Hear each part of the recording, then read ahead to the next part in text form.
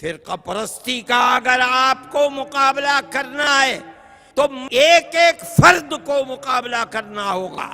वो दिलों को तोड़ते हैं, आप में से हर फर्द को दिलों को जोड़ना होगा। वो नफरत पैदा करते हैं, आपको नफरत की जगह मोहब्बत पैदा करनी होगी। ये काम तन्हा जमीयत उलमा का नहीं है, ये काम हर फर्द का है। अगर हर फर्द नहीं करेगा, याद रखो, नहीं करोगे, आने वाले दिनों में सारी दुनिया के फिरका परस्त मिलकर तुम्हें मिटाएंगे।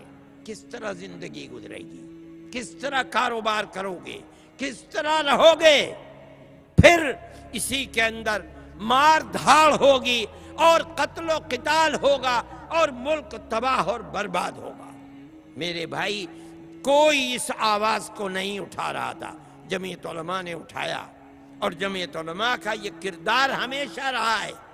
आप मुझे बताइए कि मैं जो बात कह रहा हूं, आप उसका अहद व पैमान करते हैं अपनी जिंदगी में या नहीं करते? इंशाअल्लाह अगर करते हैं तो इसको अपनी जिंदगी का मकसद बनाइए। ये जो आग उठ रही है, इसका मुकाबला इसी तरह से होगा।